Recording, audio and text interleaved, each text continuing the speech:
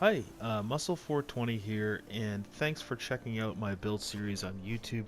This is going to be yet another PvP build for the Flames of Ambition patch. This is going to be for my Stamina Necromancer. So go ahead and stick around, and we are going to get right into it. Make your dreams come true. Do it. Nothing is impossible. Do it. Make your dreams come true. Yes, you can. Yes, you can. Alright, getting right into the build. Again, I do appreciate you guys checking this out. If this is helpful at all to you, go ahead and leave a like. And if you're not already, hit that subscribe button. It does help out quite a bit. Anyway, so we're going to get into the skills first here. On the front bar, we are using Dizzying Swing. Dizzying Swing is really good. It's spammable for most Stam classes, besides like the Templar and possibly even the Magicka Warden. Stamina Warden, excuse me. But they also might use this as well. A lot of Wardens are using that Cliff Racer, though. But anyway, we're talking about the Necromancer here. So, yeah, we're using Dizzying Swing. If you hit someone, it sets them off balance. If you hit them again, it stuns them for 2 seconds, so it basically knocks them down. If they're immune to off balance, then they get snared. So it's nice. This is our opener, Blighted Blast Bones. It deals disease damage. Basically, you just cast this once. When you're up close, hit them with a Dizzying Swing a couple of times. Hopefully they fall down, and then they get nailed by the Blast Bones. And then, obviously, we have our Executioner. I'm a big fan of this. It does a ton of damage, especially when you got someone down and ready to go out. So, that's that. So I did just get a couple of skills morphed here, so excuse the low levels. I'm just now trying out the Stam Necro and PvP, and this particular build is amazing. And I do have some footage of some pretty big fights to show how amazing it actually is. So we got Rally. Rally is great for a little bit of heal there. It also boosts your weapon damage and gives you stamina recovery as well. We'll look at the stat sheet in a little bit here just to show you. We're using Spirit Guardian. Spirit Guardian takes 10% of the damage that's going out to you. So it is nice. It's a nice little heal. It takes damage for you. That's a 10% mitigation automatically. It's really nice. And then front bar ultimate is going to be Dawnbreaker of Smiting. This hits like a truck. So yeah, anything you can do to buff this thing up is awesome, because the higher this hits, the more it's gonna hurt. And it is a cone too, which is nice. So it'll hit multiple targets at once. So you can take out big groups of people with this if they're squishy. So super good. And on the back bar here, this is our flex. We are running Expunge and Modify just for a little bit of extra recovery.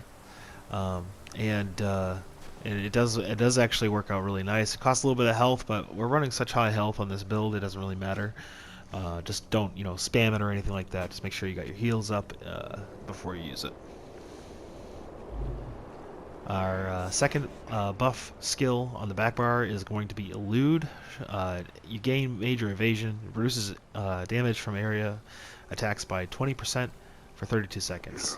While the effect is active, when you take damage from a direct area of effect attack, you gain Major Expedition for 6 seconds, increasing movement speed by 30%, and each piece of medium armor worn increases the duration of this ability. So this ability is all the way up to 32 seconds with our 6 medium we're wearing right now. Summoner's Armor, this is our source of our majors. Major Resolve, increases your physical resistance and spell resistance by 59.48 for 20 seconds. While active, reduce the cost of Blast Bones, Skeletal Mage, and Spirit Mender by 15%. So try to get this up before you start casting all your other stuff. You should be fine. It's a good sustain ability, plus it makes you a little bit more tanky. We are using Braided Tether. Siphon the last remnants of life from a corpse, healing for 17k over 12 seconds. Of course, this is halved, so you're looking at about 8k healing for over 12 seconds, which is good. This combined with everything else is really nice. Then vigor. This will increase, but it is 15.9 right now over 4 seconds. It does increase a little bit. I've got it up a lot higher than that. And then on the back bar, this is a flex ultimate. Pestilent Colossus, if you're doing group play, is really nice. You could run Ravenous Goliath. That's another really good one.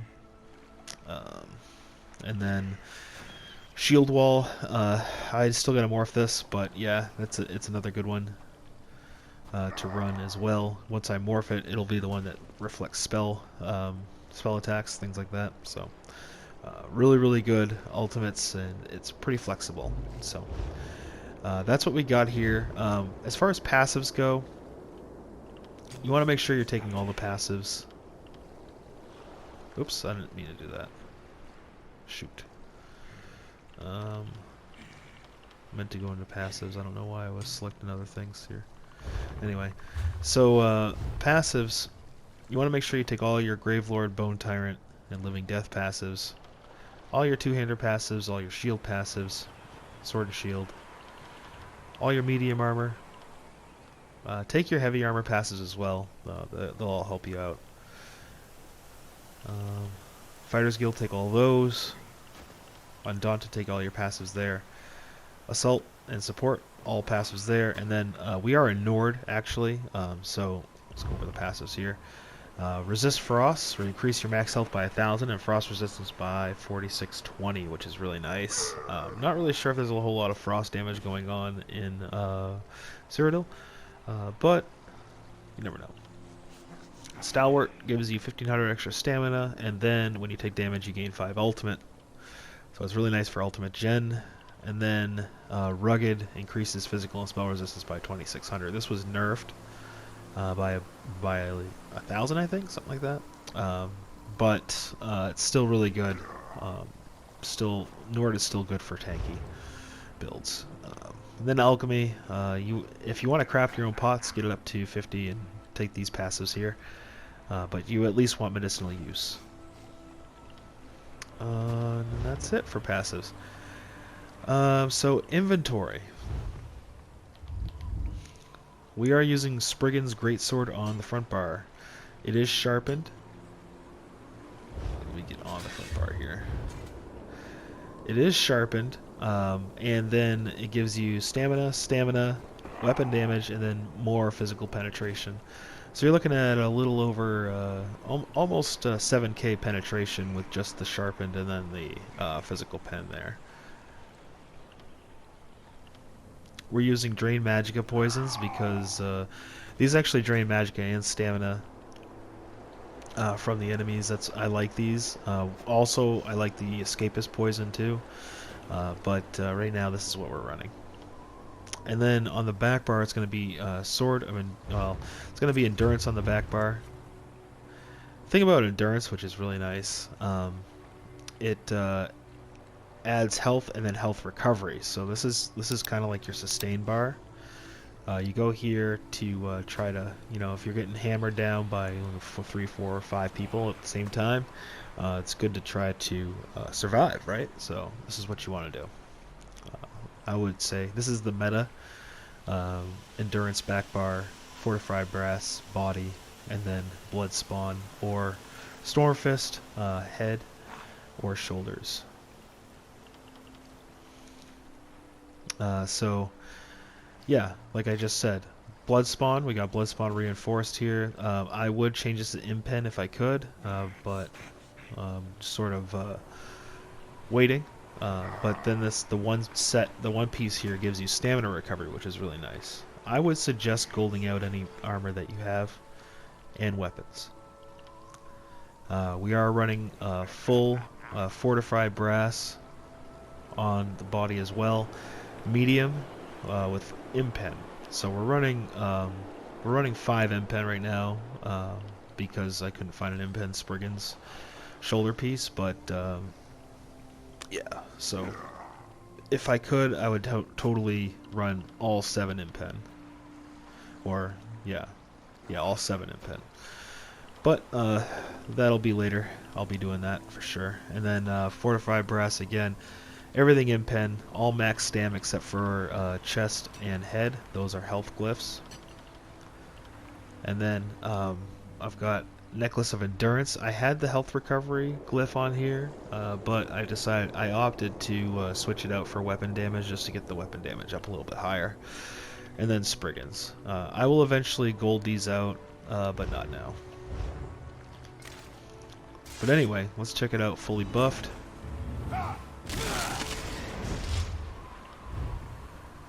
So on the front bar, we have 1,000 stamina recovery, 5,000 weapon damage, and 29k resistances. This is really good. We also have 2,600 crit resistance, which is another really good thing. So now what you're probably wondering is, okay, so we have the whole build now. What's your CP? So people are being really weird about CP. I've noticed they're locking it behind paywalls, which is fine. You know, you can do that if you want to. That's your decision to do. However, I'm not going to do that. I'm going to provide you guys my CP that I'm using, and it is, I believe it is the CP a lot of people are using. There are a few other people that are showing their CP rate off, but some of those people are misleading you, and that's fine too. They can do that if they'd like. But this is what I'm actually running. So I'll go to my slottables first. I'm using Biting Aura, increases damage done with area of effect attacks by 2% per stage. This is to buff my Blast Blows, because it explodes and it hits more people. So this buffs my Blast Bones. Then Wrathful Strikes grants weapon damage and spell damage to damaging abilities. So this grants 165 weapon and spell damage to all my damaging abilities that I use. I'm using Resilience, which buffs your crit resistance. This is a must for PvP. And then I'm using Duelist Rebuff. Now this reduces damage taken by single target attacks by 2% per stage. Pretty good. A lot of the attacks in Cyrodiil are going to be single target, especially from Nightblades, and there's a lot of those in Cyrodiil right now. A lot of Nightblades, so I would say take Duelist Rebuff. There are some others that you can do as well. Endless Endurance increases max stamina. That will in turn buff your vigor. And then Untamed Aggression, increase your weapon and spell damage by 3 per stage. You could also use this if you'd like to. I prefer the ones that I have there. So for my craft tree slottables, I'm using Rationer, which will add 30 minutes to your food. I think that's good. This makes it so if your potion or poison, they have a 10% to not be used when they proc, or when you use them, not proc. And then War Mount improves your mastery with mounts, removing all mount stamina costs outside of combat. So I think that's pretty nice in Cyrodiil for when you're just riding around from keep to keep. And then Gifted Rider, I have also got slotted, increases your mount speed by 2% per stage, and I've got that up to almost 4% there, but yeah, we'll get there eventually. But Red Trees, slottables, I'll also go with the passives here. So for my first slottable, I got Survival Instincts. While afflicted with a status effect, your core combat skills cost 5% less per stage. So that's 25% cost reduction there. You have to take Slippery in order to get to Survival Instincts, I believe. So, yeah, there's that. And then Juggernaut, while under the effects of crowd control immunity, you take 2% less damage per stage. So it's 10%. That's a very nice damage reduction there, just for being under the effects of crowd control immunity. So that's after you break free. You take way less damage. Rejuvenation. It grants 3 health magicka and stamina recovery per stage. I have that up to 150, so that's really nice too. And then I've taken Ironclad, which grants you 1700 and something max armor if you have that maxed out, but I do have that slotted as well just for the extra tankiness. So in my opinion, this and this are musts. The rest you can kind of play around with, but Ironclad and Juggernaut are like absolute musts for this particular build here. Oh yeah, and I said I'd go over the passives. So the passives here, I have max health, reduce the cost of sprint, increase movement speed while sprinting, reduce the cost of roll dodge to 360. You have to take 10 in here. Reduce the cost of break free. And I believe I have another one here. Return to life after resurrection with 5% more resources. And those are my passives in the red tree. I'll go over the blue too. So in the blue tree, Staving Death, we have 10 quick recovery, 30 into elemental, 30 into hardy, and then resilience is maxed out and slotted. In this elbow here, we have 40 into piercing, which gives us 1400 offensive penetration, 20 into battle mastery, 30 into mighty.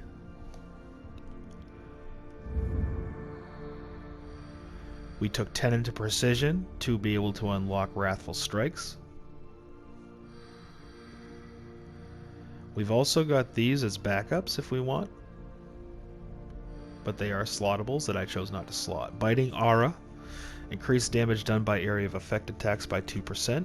We definitely took that. And I believe that's it for passives here. And then we'll go into crafting. We took 10 points into Gilded Fingers, 50 points into Fortune's Favor, 15 points into Wanderer, 50 points into Breakfall. Soul Reservoir is maxed out. 10 points into Steadfast Enchantment to be able to get to these. So these are all slottables. So you can play around with this a little bit if you want, but that's pretty much where I'm at on the crafting tree.